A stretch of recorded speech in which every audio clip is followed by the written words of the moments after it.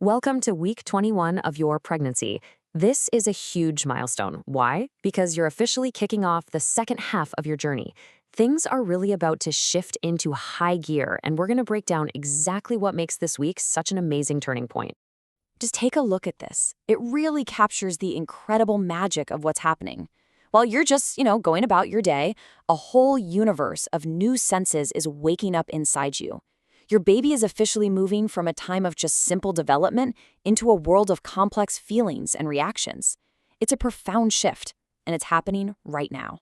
So, let's start with the star of the show, your baby. We're going to dive into how their little movements are changing from just pure automatic reflexes into something much more deliberate and intentional. Okay, so this right here illustrates a massive leap forward. Up until now, those little kicks and wiggles you've been feeling have been mostly involuntary, kind of like a knee-jerk reaction. But this week? Oh, this week is different.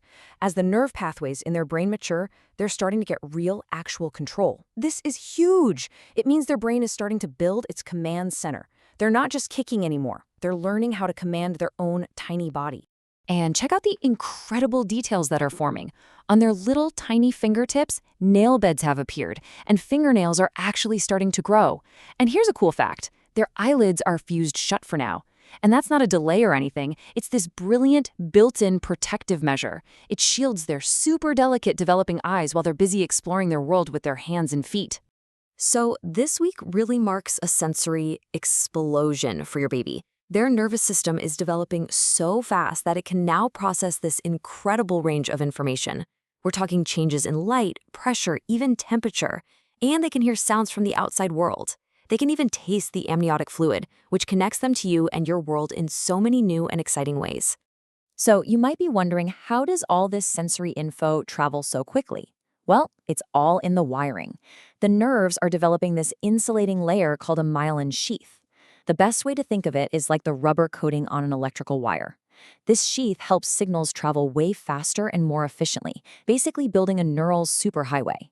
This is the groundwork for all the sensations your baby is going to consciously recognize in the weeks to come. And hey, for those of you expecting twins, week 21 is even more wild. Ultrasounds actually show that twins are already interacting with each other. They're touching, kicking, and reacting to each other's movements. They're even starting to show their own little preferences, like maybe one consistently sucks their thumb, while the other one likes to clutch the cord. It's literally the very beginning of their unique individual personalities taking shape. So cool. Okay, now that we've talked all about your baby's amazing development, let's shift gears and focus on you. As you step into the second half of your pregnancy, let's talk about your body, your comfort, and the kind of care you can expect from here on out.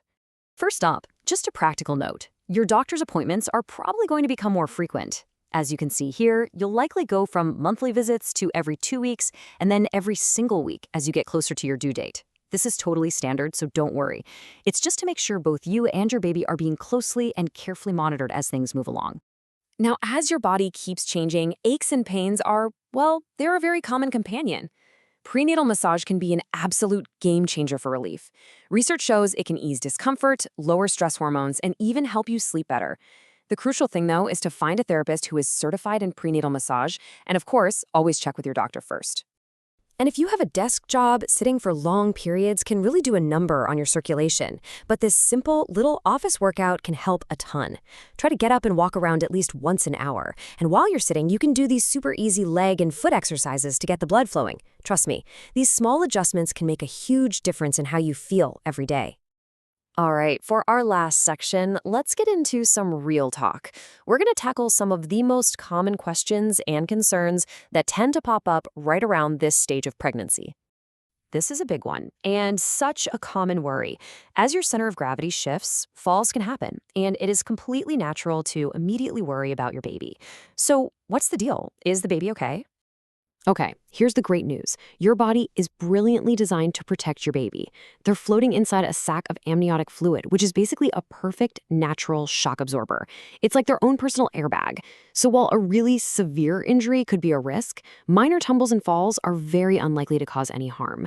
The best thing to do is just monitor your baby's movements. If they're as active as usual, everything is probably totally fine. But of course, never, ever hesitate to call your doctor just for peace of mind. All right, let's switch to a much lighter topic. If you haven't found out the sex of your baby yet, I'm willing to bet you've heard some of the old wives' tales. So let's have some fun and look at a few of the most popular gender prediction myths out there. Here are some of the classics, right? The ring test. Is it swinging back and forth or spinning in a circle? Your cravings. Are you reaching for sour and salty, or are you all about the sweets? What about the baby's heart rate? While there is absolutely zero scientific proof for any of these, they're such a fun part of the tradition and excitement of pregnancy. But get this, here's a fascinating little twist. While all those myths are just for fun, one study found that when expecting moms were asked to just guess their baby's sex, 71% of them were correct. So maybe, just maybe, there really is something to a mother's intuition after all. Now let's touch on something a little more sensitive, but really important. Gender disappointment is a real thing. It's surprisingly common, but people don't often talk about it. So if you're feeling this way, please know you are not alone. So what can you do? I think this advice from a mom who's been there really says it all. It is okay to feel disappointed. And finding out the sex before the birth can actually give you the time and space you need to work through those feelings. The key is to remember that once you hold that baby in your arms, that connection often changes everything. Focusing on the fact that you're having a healthy, beautiful baby is truly what matters most. And that brings us to our final thought. We've talked all about how your baby's world of sensation is just exploding. They can hear your voice, they can feel your touch, they can react to what's going on around them. So I'll leave you with this question to ponder. Knowing everything you know now, what's one new way you can connect with your baby this week?